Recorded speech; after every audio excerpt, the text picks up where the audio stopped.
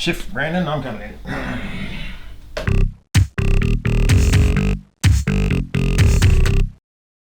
So just recently my parents decided that they were going to sell the house that they lived in for the past 30 years. Power to them. They're moving to something smaller, more manageable, something that I don't have to show up to every 2 or 3 weeks to help them out with. I hate farms. As most people would know, when you move out, you leave a bit of stuff behind. And over the years, as I've moved from different places, and I've lived in a whole bunch of different places, if I had certain stuff that I didn't know what to do with, I was lucky enough to be able to store it at my parents'. I didn't think I had a lot of stuff there. I was wrong. I still have stuff from the 80s. I was about to say I didn't think I was a hoarder, but then I looked around the Lego in this room and yeah, total hoarder. Now, one of the many interesting finds that came about from finally picking up all of this garbage from my parents' place is this. This was my first ever tripod. I don't have any memory of buying this tripod, but I have memory of owning this tripod. It's not very tall. It's only about 3.5 feet, maybe 4 feet tall.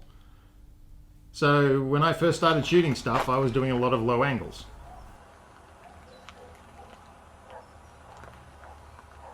And when I was making my first actual film, The Drifter was an actual film because it had edits.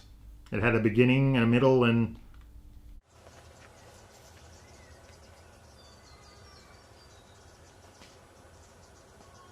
it had a beginning and a middle. But when I wanted to do shots of about face level or eye level, I actually had to prop this up on a handful of chairs to get it to the right height. You got to start somewhere. But the point is, since that time, I've invested in quite a lot of more equipment, different equipment, more professional equipment when I got to a point where I just wasn't happy with the results I was getting with the equipment I had. For instance, I'm currently recording this on my third camera, not counting iPhones. I have now 3 tripods? Yeah, there's the one the camera's on, there's one that the light's on over there, there's one in the other room, so 4 tripods.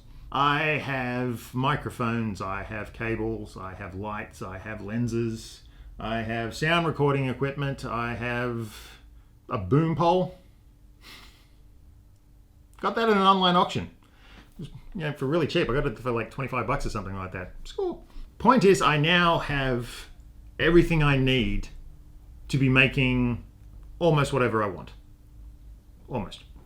The annoying part of all of that, though, is that none of it's getting used.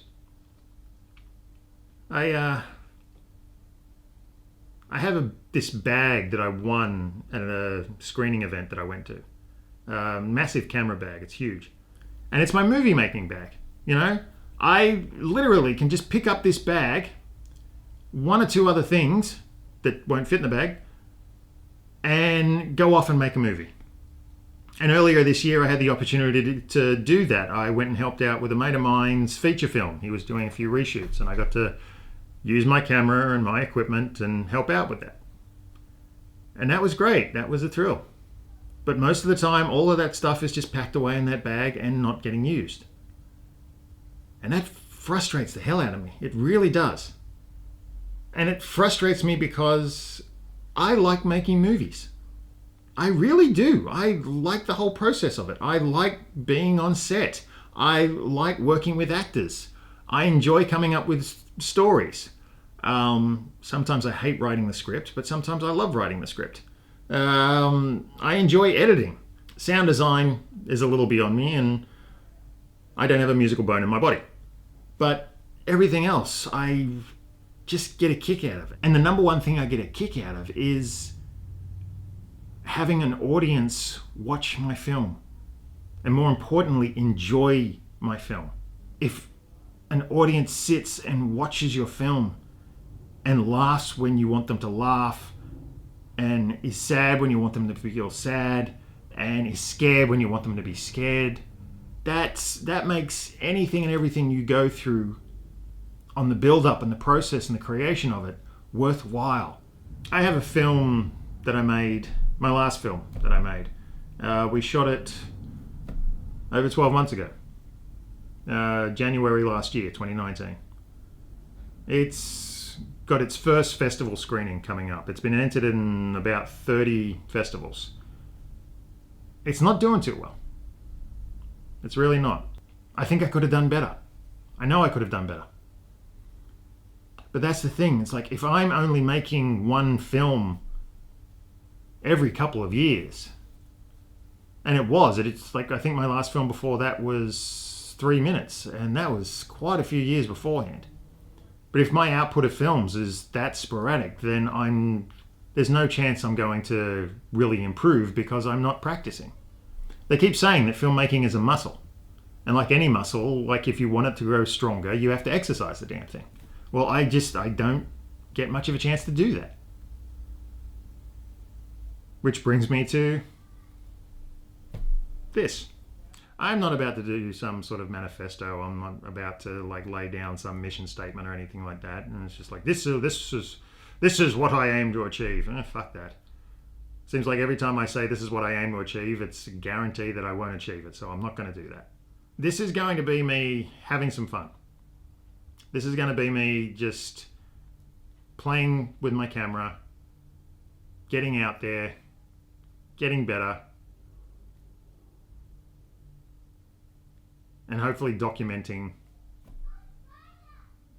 that improvement, that progress. But the funny part is that I've learnt a lot in my quest to improve. So not only am I going to try and improve myself, I'm going to try and impart what I've learnt, and hopefully you can improve as well. You know, I was trying really hard to come up with something poignant as towards what the title means and why I call it Meanwhile. That's a comic book reference. I just thought it was cool.